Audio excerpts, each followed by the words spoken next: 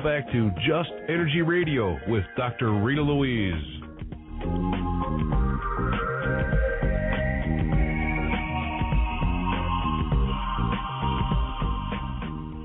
Hello and welcome back to Just Energy Radio. I'm Dr. Rita Louise, and thank you all for staying tuned to the second hour of the show.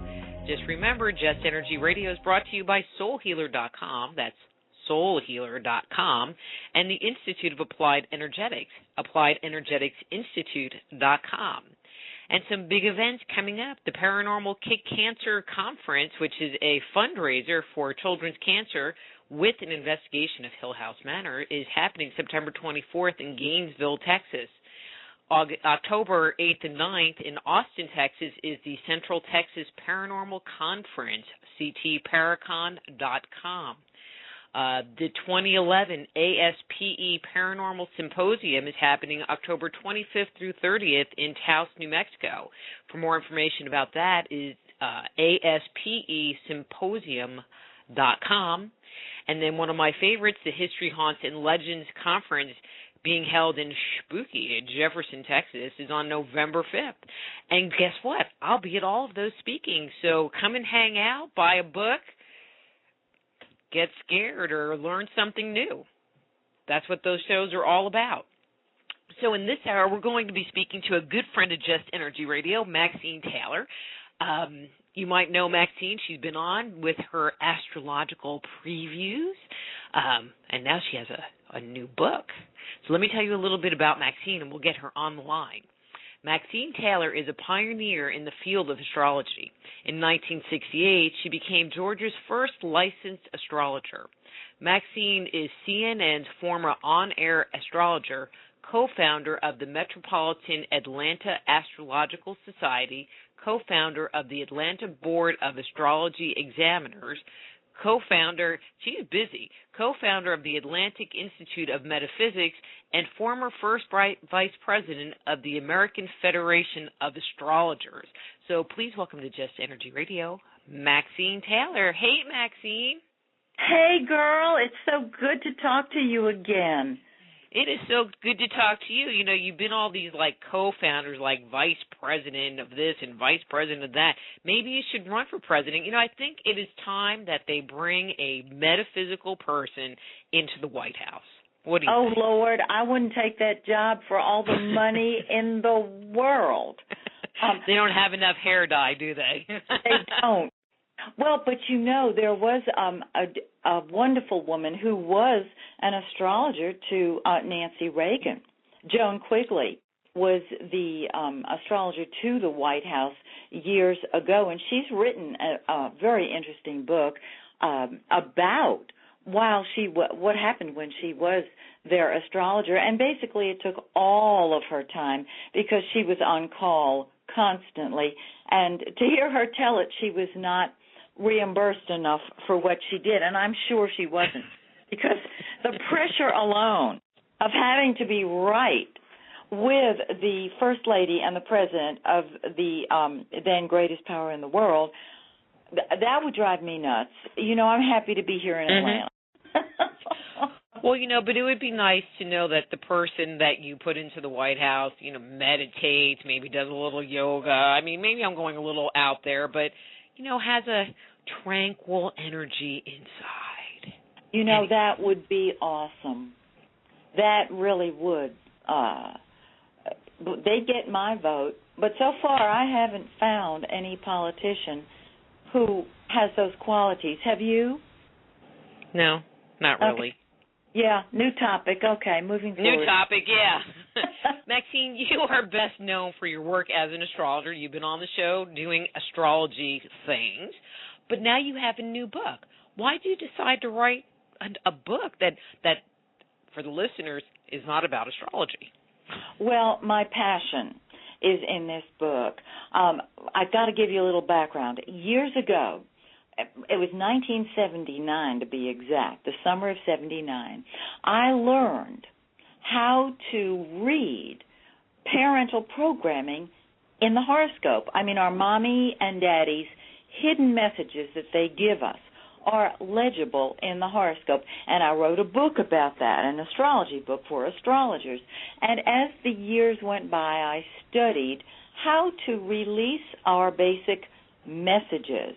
And what my passion now is, with the shift coming up in 2012, to get people to deprogram themselves, to break free from those hidden messages, from the commitments that we made as little kids. Because as I look around me, and I'm sure you see this too, Rita, I see people, fully grown adults acting like children, repeating the same patterns that they did as children, and they don't recognize them because they're hypnotized.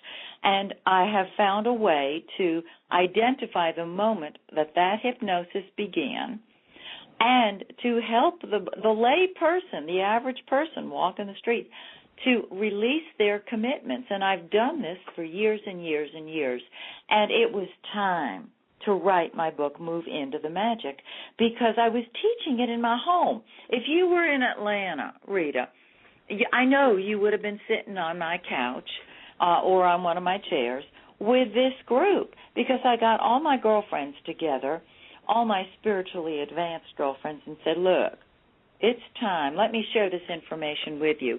And the first group I shared it with, I just gave it to them. And some people really got it. Then the next group, I thought, okay, I'll charge $20 a pop. And we met every week.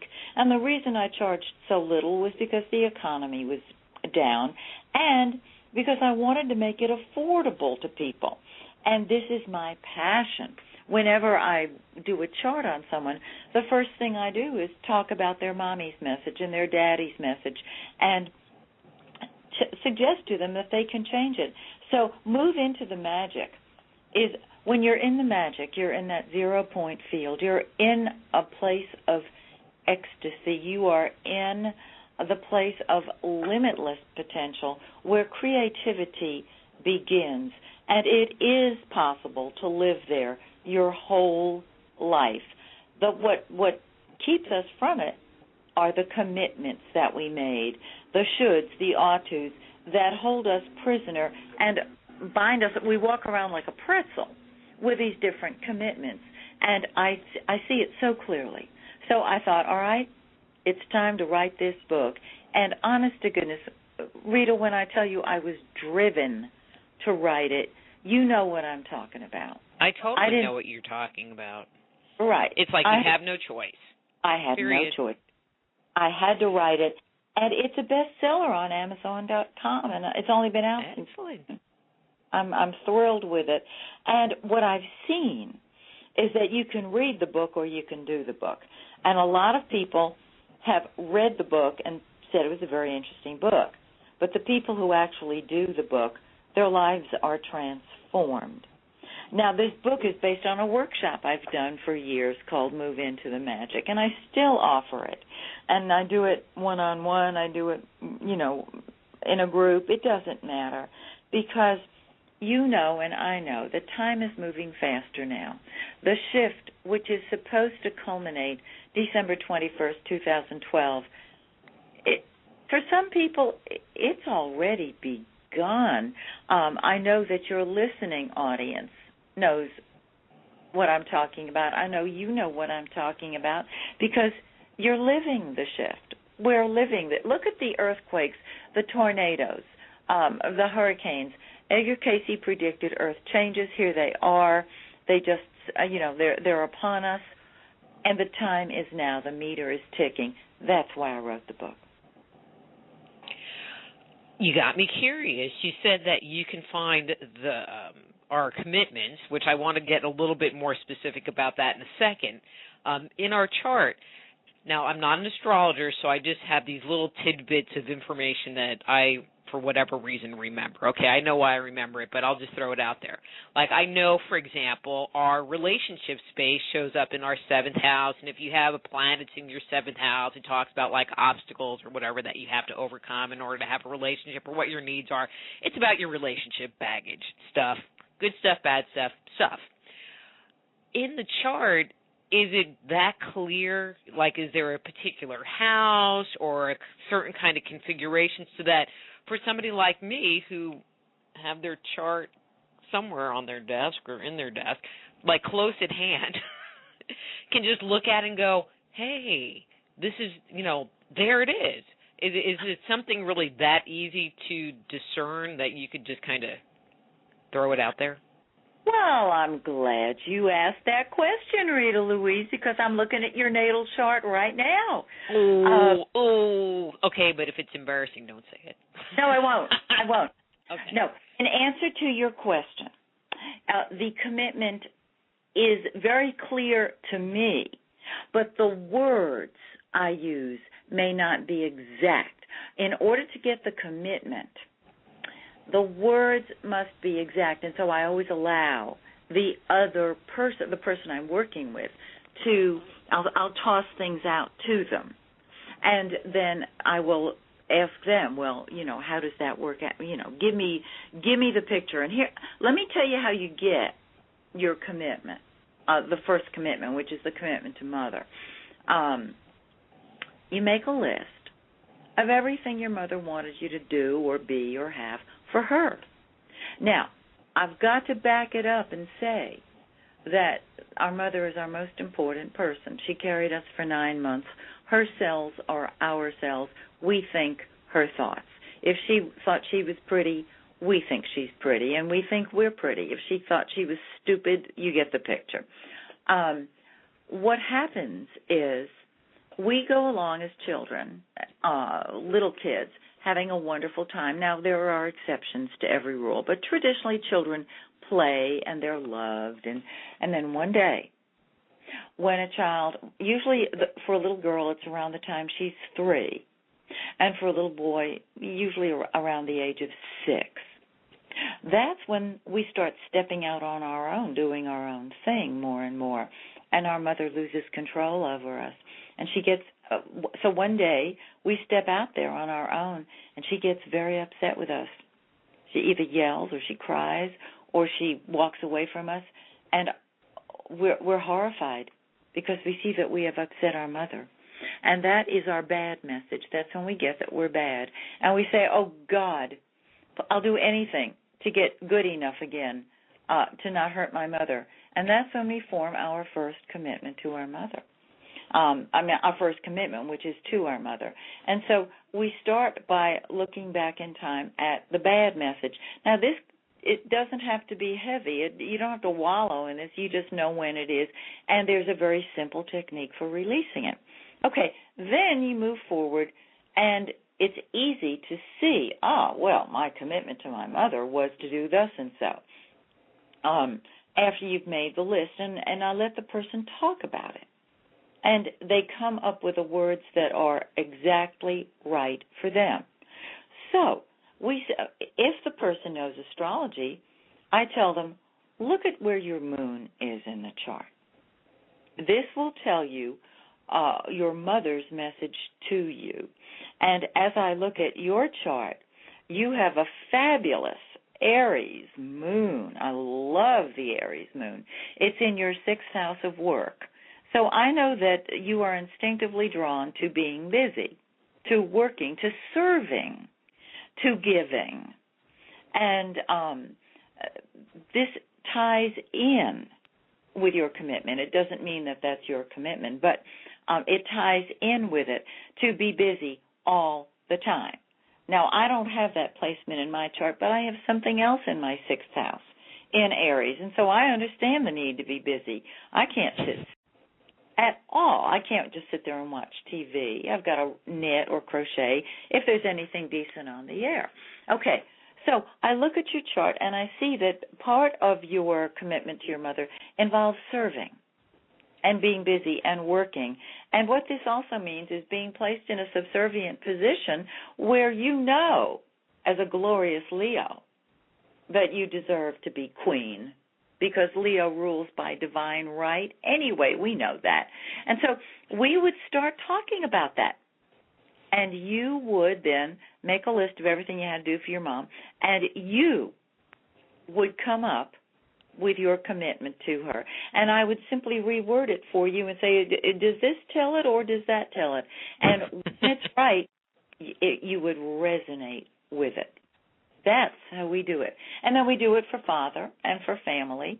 And it all stems from childhood, starting with mother, because she is the most important person in our life. So that's a long answer to a simple question.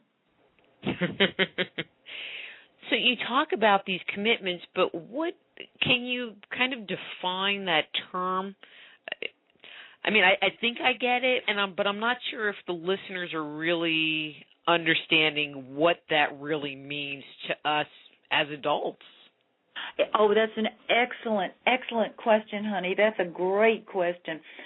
These commitments, it's an unconscious, a nonverbal agreement. It's a promise we made to our mother. And the implication is, if I will do this commitment, I promise you that I will do such and such, and I hope in return you will tell me that I'm good enough, that I will be good, I won't be bad anymore, that you will take me back into the Garden of Eden, so to speak. So it's a promise that we made that we're not necessarily even aware of, but this promise is in every cell in our body, and it owns us.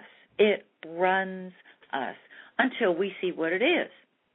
And then when you release it, then you have an opportunity to really stand back and see how you've done it your whole life.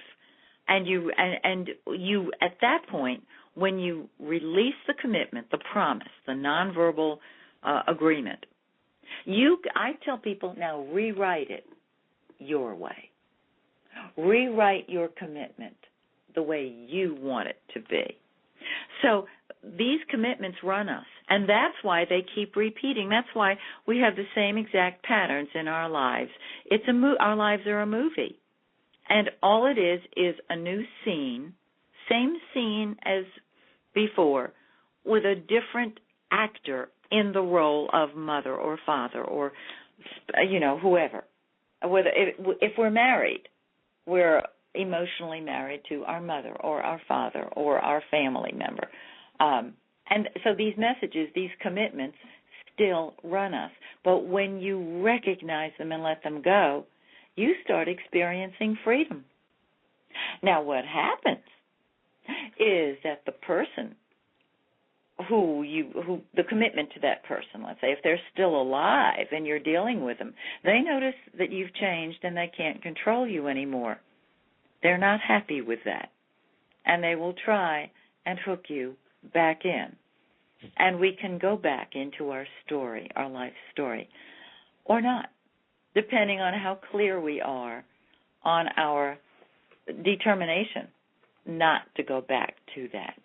And I've gone back into my story. It feels horrible. Instantly you've gone back into it. That's your signal. Oh, I feel horrible. Ooh, how do I get out of this? Well, you move back into the magic, and you get the magic by knowing what your mission in life is, and that's part 2 of the book. So, we'll come back to that part. That's okay. We got plenty of time. Cool. So let me ask this question. You talked about a commitment to our mother and a commitment to our father, and I know that there are some other commitments that I'm sure we're going to get into. Can we have, I'm going to say, multiple commitments to our mother or father that even get even more confusing in this whole mix?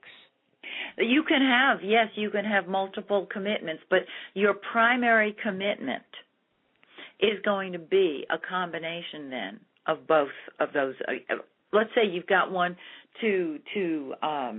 let's say your commitment to your mother. I'm trying to think of a client I had recently, to be quiet, to be a lady, to be seen and not heard, and yet to be a dynamite businesswoman. Okay, that means you have opposite desires. And that commitment to be seen and not heard, but to be a dynamite businesswoman, you will express that in your life. You'll be dynamite behind the scenes. See what I'm saying? Yes, you can have opposite commitments, but they formulate as one. In other words, it ain't as confusing as it first seems. It's really, it's very clear to me when I work with someone. The only ones who are difficult to work with are those who are, for lack of a better term, I'll say they're a space cadet. They really can't even think. Remember, our commitment to our mother means we're going to think like her, and so they're not free to think about it. And so when we talk, they kind of float from one thing to another. And so to me, their commitment to their mother is not to be able to think and to be vague and to be spaced out. Mhm. I mean, Here. I totally agree with that one, and it's challenging to work with them because usually they are shut down so early that they have no concept of who they are. Oh, you are so right. You are so right. And remember, when we look at these commitments, primarily the one to mother, we're disobeying Mommy because we're not supposed to tell the truth. We're supposed to be controlled by her unless she gave us our freedom not to be. And I haven't met all that many mothers in my work. And remember, I've done this releasing work since 1979. I haven't met too many mothers who have given their children permission to fly and to soar, because the bad message comes when the child tries to fly and soar and mother loses control.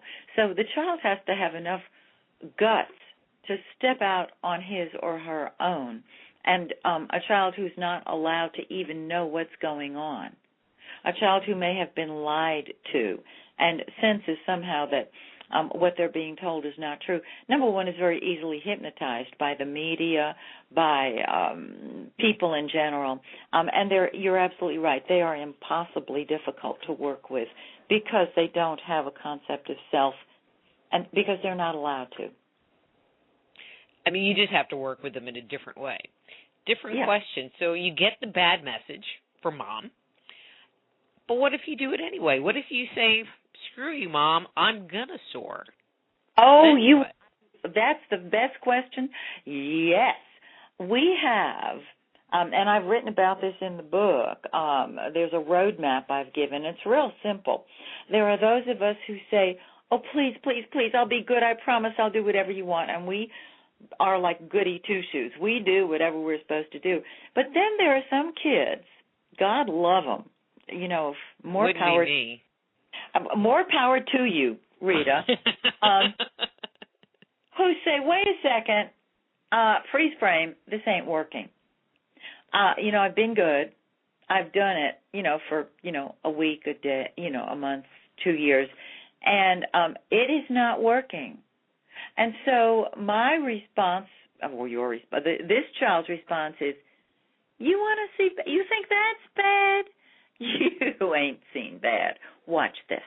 And so they rebel against the bad message. But the problem is the rebellion overlays the belief that they're bad anyway, so they're pulled in opposite directions at the same time. And they'll flip-flop between the two of those.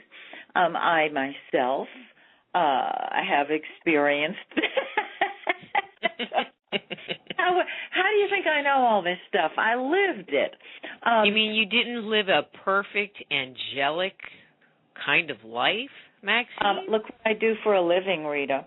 I read the stars, I heal people, and I help people release their commitment to their mother. Shame on me. Yes.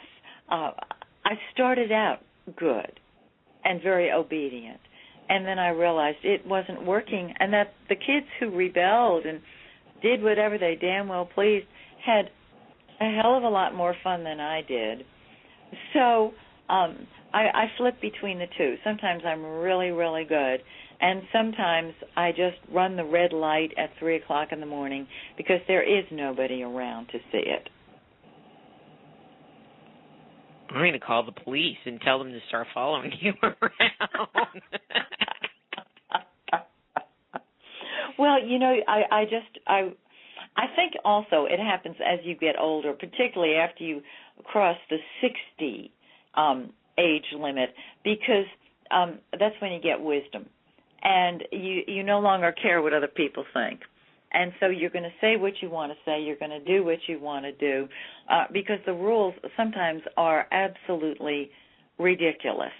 And it's not like you're thumbing your nose at the world. I know that you know what I'm talking about. You're just going to do your own thing. That's all there is to it, and that's me now. It's not that I'm thumbing my nose at the world, although I did legalize astrology in the middle of the Bible Belt in Cobb County, Georgia, in 1968. So, because they told me I couldn't. So, yes, I was in rebellion at the time, thank God. But now it's about the freedom to be yourself, and that's why I wrote my book, so that we all have the freedom to express ourselves, our highest and our best, without feeling like we're breaking a law or hurting a parent or doing something wrong, or, God forbid, even worse, feeling guilty for wanting something different. So, how can we know we're hitting up against those commitments? I mean, you kind of talked about these repeated patterns, but it seems like I mean, I understand what you mean, but it's still kind of vague. Can you clarify? You know, yes. I mean, because what I'm trying to do is to get people to start thinking, well, is she talking about me? And how do I know? You know, how do I start looking? How do I start, assessing what's been going on in my life to start to identify what some of these commitments are? Oh, that's a brilliant question. Brilliant. Well, I've laid it out in my book very simply. One of my talents is simplifying things. When I teach astrology, I simplify it. If the reader simply takes it step by step and goes through the 7 commitments in order, because they unfold successively, what will be perfectly clear is, number 1, their life story, and number 2, the patterns, the repeating patterns in their lives, which form their life story. It's that simple. So if you start with a bad message, you start at the beginning. Then when you look at your commitment to your mother, you make a list of what you had to do for your mother, be for your mother. And you can do this with a buddy, or you can do it on your own. You start seeing this commitment all by yourself. And I explain in the book how to release it, very simple, and how to accept the new commitment. And as you go through each one of these commitments, you see the patterns. They emerge very, very clearly because the commitments repeat themselves. The commitment. Can you give an example? Sure. Gosh, just happen to have a. I know you have a million. I really do. There are 4 stories, 4 fabulous women who let me use their stories. And one of them didn't even want to change her name. Marilyn is one of the women in my book, and her commitment to her mother was to make her mother happy. She saw that. She knew that right away. Well, making her mother happy meant figuring out when a problem was going to start in her family, and that meant solving everybody's problems before they reached the hysterical level, the screaming level. Okay, so her original commitment was to keep her mother happy. Okay, her commitment to her father was to save her mother and do whatever it took to make her mother happy. So there's the repetition. And that meant taking care of everyone and everything. So her mother's message is repeated there with her father. Okay. Her commitment to her family, to make everybody happy. She had like 4 brothers and sisters. To make everyone happy and solve all their problems without needing them or anything from them. So you can hear, with mother, then father, then family, it's the same deal, same commitment. And it repeats with her friends, with her husband, same pattern. So what she sees is the story of her life. And what I'm telling people to do is, all right, you've got a magic wand. Rewrite each commitment sequentially. First release it and then rewrite it. And I tell the story in the book. This is a great story about this very handsome young man who came to see me. And he had a relationship with his mother. She raised him, but she had a weakness for really horrible men. They treated her terribly. And as this young man grew up, he saw this. And in one case, he even went toe-to-toe with his mom's boyfriend. And they almost came to blows because his job was to protect his mother and save her from these men. And she obviously had her head up her butt because she kept finding these guys who were losers. Okay. He sits down in my living room, and he does it. He sees his commitment to his mother to take care of her completely. And it's time for him to rewrite his commitment to her. And I said, now this is a commitment to yourself as regards your mother. And what he said to me was, can I just accept that I don't owe her a damn thing? And I said, absolutely, honey. If that's what it takes, if that's what works for you, do it. He did.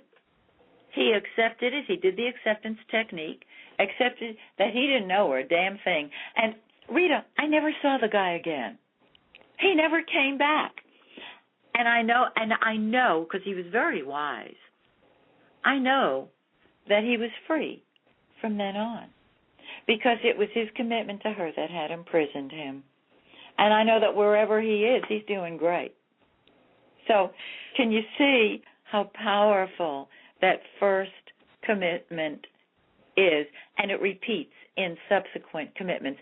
I was supposed to be my mother's little helper, which meant help raise my sister, set the table, dust the furniture, make good grades, be a virgin till I was, 75. You got a few more years, girl. I think that's where my biggest rebellion came in, but we won't even touch that one. Anyhow, no, I really was a princess and was very well behaved and very proper, but I had to take care of my younger sister, and I hated that. Well, my commitment to my father was to make him my God and also not make waves and be like him. Okay, I did that. My commitment to my sister was to be her surrogate mother. And I hated that. It was a repeat. And to this day, she still turns to me to, without knowing it, take care of her on whatever level, whether it's financial or whatever. And I have said no, because I've seen the pattern. More than that, if I fall back into it, it feels horrible, absolutely horrible. I'll get sick. Oh, God, if I do it, it's worse than ever before because I've been on the other side of it. So does that give you an idea of Yeah. Cool. Let's kind of take this one more step. Okay. You do the work, you identify what your commitments are, and you do work to clear them. Let's say your mom is still alive or your dad is still alive and you've cleared this commitment. In your experience, what kind of things, there's what changes inside of you, but in the relationship dynamic, what kinds of things have you seen change? Very, very I'm just curious. Oh, that's a fabulous question. I've seen two different things happen, Rita.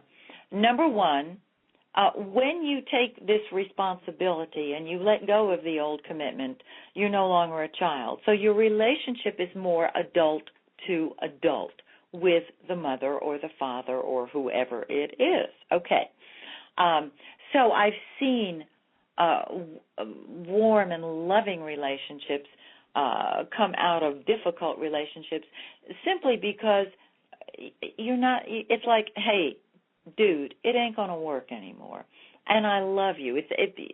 When you rewrite your commitment, you come from a space of love because you're in charge. You've taken charge. Okay. The other thing I've seen, though, is if the person to whom you've made your original commitment is a real control freak, they will freak out because they can't control you anymore, and they will jump through all kinds of they will do everything in their power to get you back in their power. I have a family member who tried to do that with me. I had, to write this book, I had to go through it all over again. I've taught it for years, but I had to re-experience it from the level of the student to make sure that it was authentic. And so I knew my mission. I was in the magic, in the ecstasy, and I got a voicemail from a family member who used manipulative techniques, including almost crying, to get me back under their thumb. And I thought, oh, my God, I can't do it. I can't do it. And I felt guilty for a minute. Only a minute. Only a minute. And I thought, okay, is this part of my mission? And, in fact, that's a chapter in my book called, Is This Part of My Mission? Do I need to sit on the phone with this person? Do I need to listen to this person attempt to manipulate me, to control me, to get me on their side against another person? And the answer was a resounding no. And so I emailed my relative and said, I forget what I said. Well, the situation has been handled, and I love you, and blah, blah, blah, blah, blah, blah, blah. And I moved back into the magic. And so they will try and get you back if they're a real controller. If they're not a real controller, you're able to create a brand new relationship with them. But it's your life, and you got to live it your way, and that means that you make the rules. And when you're firm in those rules, coming from love, not but coming from love, and coming from love, they can't hook you. And they'll try. I mean, we know the control techniques, humor, guilt, anger, whatever it is, and you'll see it. And you'll know by how you feel. If you feel horrible, you know that they're sucking the life right out of you. And in some cases, you have to end the relationship by moving back from them. But when I say ending the relationship, I mean as it was. You can still have a relationship with a controller. You're just not going to be spending a whole lot of time with them. It doesn't work, period. And the bottom line is you have to look out for number one. There is nobody who's going to take care of you. Your commitments don't work.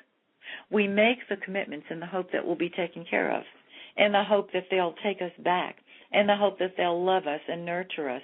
And what I've seen, and I'll bet you have too, Rita, when you give, you get to keep on giving forever. And a lot of people love to give. I love to give. You love to give. But past a certain point, when you're dealing with a taker instead of a receiver, it feels horrible. And when you're giving at the expense of your own self, it feels worse. And that's when you put your foot down and say, what's my mission? Is my mission to feel horrible? Is my mission to take care of my relative who is 55 years old and knows better? No. Is my mission to provide finances for somebody who has just gone through bankruptcy? No. McDonald's is always hiring. They can get a job. See what I'm saying? So, and if they're not sure what the answer is, I'm sure they could call you or me, and we'd be more than happy to tell them in a session, no. No, exactly, no. And write it in an email in 24-point and spell check it. No. That's right, no. Here's a different question, and you didn't address this in the book, but it came to me, and I thought it made sense to me. Can these commitments be passed down from generation to generation? Oh, honey, they sure can. They sure can. However, what I have seen, well, let's just take an example of a controlling parent, okay? Let's say a mother is a controller, all right? Well, let's take the guy whose mother got into relationships with losers. Either he's going to learn to do that, or he's going to learn not to do that because he's seen his mother do it. So, yes, they could be passed down, but I don't think the exact commitment is passed down. True story. I've been married. We didn't have children. And the reason we didn't have children was neither of us wanted to have children, but I saw how I acted toward my cat. Now, this is a crazy story. At the time, I had 2 cats, and I saw myself acting like my mother toward my cats. I was possessive. I wouldn't let them out of the house. If they disobeyed me, I yelled, and I thought, oh, my God, I am so my mother. This was in the very, very early 70s, like 1971, 72, and I saw that, and I realized what kind of mother I would be, and I decided I would not do that to a child, and that's when I decided not to have children. And now there were other reasons, ostensibly because I had a career and all this, but I knew what kind of mother I would be, and I didn't want to pass the sins of the parents on to the children for generation to generation to generation. I wrote this book because you don't have to pass those sins from generation to generation to generation. Doing these steps, letting go of these commitments, should free you from that because you're writing your own commitment. Well, maybe we need to get it into high school so that they can, or colleges, so that they can do that before they get to be your age or my age. And I don't want to say it's too late, but, I don't know about your biological clock, but mine's not doing too good. Mine is gone. Absolutely. It would be wonderful. And that's another reason why I felt compelled to write this book. I've had people read it. One very advanced spiritual soul. She said, every time I'm with you, I have a breakthrough. And when I got your book, I just sat there and wept because I saw so much. And I thought, well, she's so advanced. Of course she would see that. I've had emails from people who haven't done the book. They just read it. They flipped through it, and it's given them insight. That's what they're supposed to get, insight. Okay, cool. Mm-hmm. Again, I had no choice, Rita. I had to write it. And I'm so thrilled that you're asking me about it. Thank you. Well, I'm just so glad to have you on. I just like you. And I was like, ooh, she has a book. Come on the show. It'll be fun. I remember when we met and we had so much fun at that conference. At that conference, yeah. Oh, my. That shall remain nameless. There are a lot of people who seem so unhappy with their lives, and they truly want to discover why they came here in the frickin' first place, because they just don't see the light at the end of the tunnel. I think they believe that, they didn't come here to work at Walmart or do sales, that there's supposed to be something bigger in their lives. Do you have any advice for those people? Oh, absolutely, absolutely. If those people will simply get a handle on what their mission is, we all have one. It's huge. It's awesome. It's not to work in Walmart, but while you're working in Walmart, you're doing your mission. You don't know it necessarily, but you're doing it. What I tell them is, and this is in part 2 of my book, ask yourself, if money were no object and success were absolutely guaranteed, what would you do for the rest of your life that would make your heart sing and thrill you down to your toes? And usually we know what that is. We have this dream. It's our dream. Now, that's not your mission. It's your dream. It's your passion. And I've written about that in my book, too.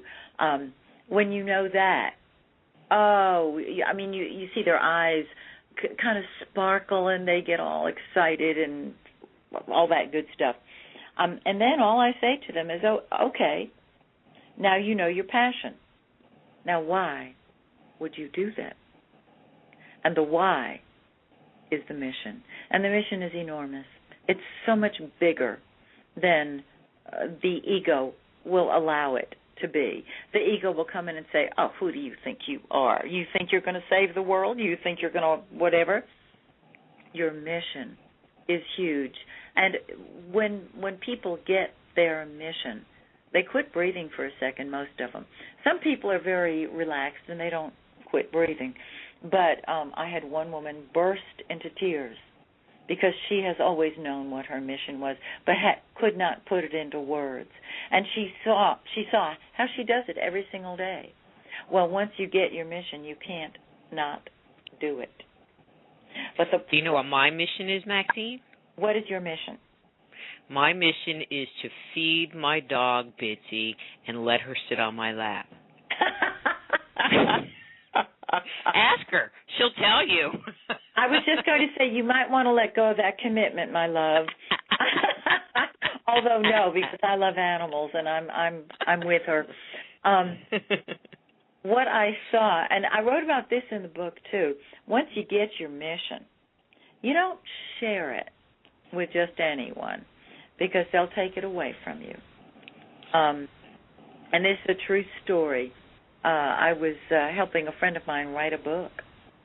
This is many years ago. And there was a guy who came to our attention as a potential editor. And so I went to see him, see if he'd edit the book. And he had just had a serious illness. He was a young man, but he had a serious illness. When I say young, he was in his 40s probably. And he was recovering at home. And his wife, who was much younger than he was and clearly ran the house, I met her. And so we went into his den, and I was telling him about his mission. I can help you find your mission. He got all excited. And I thought, man, if I could just, talk to him privately for 15 minutes, I help him get his mission. And with that, his wife announced that she was going to the supermarket. And I thought, hot dog, here we go. And I worked with him. And he got his mission. I don't even remember what it was. His whole body changed. He looked younger. His color came back in his face. He was thrilled to pieces. And he was floating on air. We were both so thrilled. And with that, his wife came home from the supermarket, and he said he was so excited. He shared his mission with her. And she immediately said, you are recovering from a serious illness. You need to focus on that. And shut him down. Shut him. It killed him. It practically. And there was nothing I could do. Nothing at all. And I thought, well, and I've never forgotten that. So you don't share this with anybody, just anybody. You share it with people who will support you in the expression of your mission. And that's why with my group, I tell them, just keep it quiet. And there's a chapter in my book called Shh, It's a Secret. Because it is a secret. Keep it a secret. So you just keep feeding that dog, girl. That's right, because my real mission's a secret. A secret. Okay, Absolutely. we have about 3 minutes. So I want to ask, let me ask this one. I think this would be a good wrap-up question. Okay. What would be a first step to helping people to identify what their passion is? That might be a good first step to getting to a first step, or what their mission is. What would be a good first step? The passion, because the passion leads you to your mission. And all you do is ask yourself, if money were no object, if I had all the money I needed, and I couldn't fail, success were absolutely guaranteed, what would I do for the rest of my life that would make my heart sing? And just enjoy finding that. And my suggestion would be that you buy a copy of Move Into the Magic and use that as your buddy to help you through it. That's my plug. Yeah.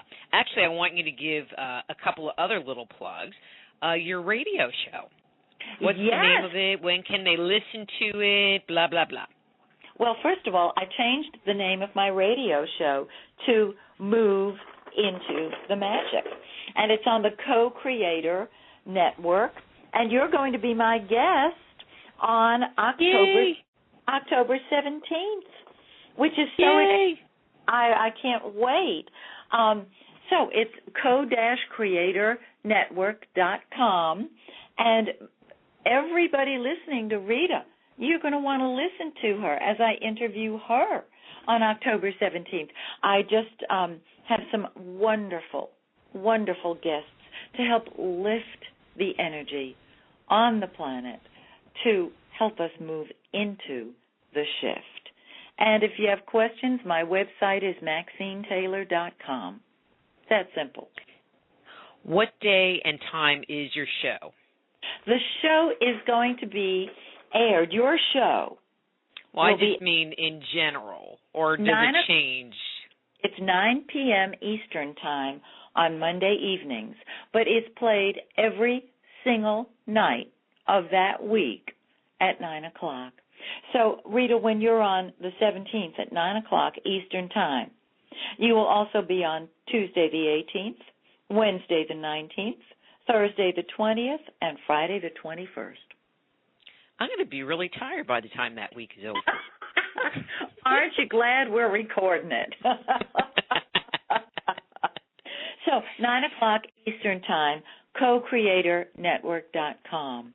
And it'll be archived so that if somebody's out of town and they think, darn, I missed Rita Louise, they can listen to it anytime at their convenience.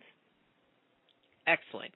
And your book, Move Into the Magic, you mentioned something about Amazon. Where else could somebody get it? Well, they can get it from me. They can get it from different bookstores around the country that can order it for them. But I think Amazon.com is probably the easiest and the fastest. Everybody knows Amazon, and they guarantee it. So that would be what I would do. Or if they want an autographed copy, of course, contact me, and I'll send them an autographed copy. Now, see, I always say to come to me because it comes signed, and that's priceless. It is priceless. It is because priceless. Amazon, they aren't signed. They aren't, and it's also on Kindle. And one of my girlfriends said, yeah, but I don't get a signed copy on Kindle. I said, yeah, but we can do lunch. Here, wait, I'll sign your Kindle. Yeah. Maxine, the music is just about to come up. Thanks so much for coming on. I love having you. You're so fun. Oh, thank you, darling. You're a fabulous interviewer. And you and I will talk because we'll get together again on the 17th on the air. On Co-Creator Network. Yes. Till then. Well, okay. Till then. So, yes. Actually, the music hasn't come up yet. I don't know. You know, I'm so used to having the music like going. Yeah, go ahead. Do you have some events or something coming up? No, I'm going to be talking with you on the 12th at 2 o'clock. We'll plan accordingly, but tell all of your listeners the 17th, October 17th, Rita Louise on the co-creatornetwork.com. It's going to be. What are we talking about anyway? Whatever you feel like, honey. Whatever you feel like talking about. You've got so much going on. You can talk about your events. You can talk about your opinions. I love your opinions. You can talk about controversy. I mean, wouldn't that be great? You talking about controversy. Me? I'm not controversial. Am I? Actually, as you were talking, I was thinking, I think that's part of my mission. Not to be controversial, but just to say stuff that I love that. Other people don't really want to talk about. I love it. Make a whole list of it. Make a whole list. We got to do that. That's awesome. Anyway, there's the music. Got to go, Maxine. We will talk. I will talk to you on the 12th, and everyone can hear it on the 17th. Yes, ma'am. All right, girlie. Bye, all right, honey. Bye. That's Maxine Taylor. Her book is Move Into the Magic. Her website, MaxineTaylor.com. And next week, we have two extraordinary guests. In the first hour, we have Daryl Sims, a friend of the show who normally talks about aliens, is talking about handwriting analysis, of all things. And in the second hour, Gautam Chopra, which is the son of Deepak Chopra, talking about the spiritual laws of superheroes. And so until next week, I'm Dr. Rita Louise. Be blessed.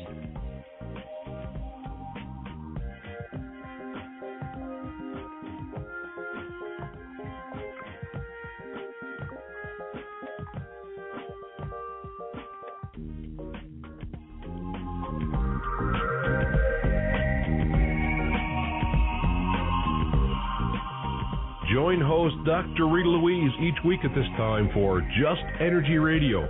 Point your browser to www.justenergyradio.com for more show information and to contact Dr. Rita.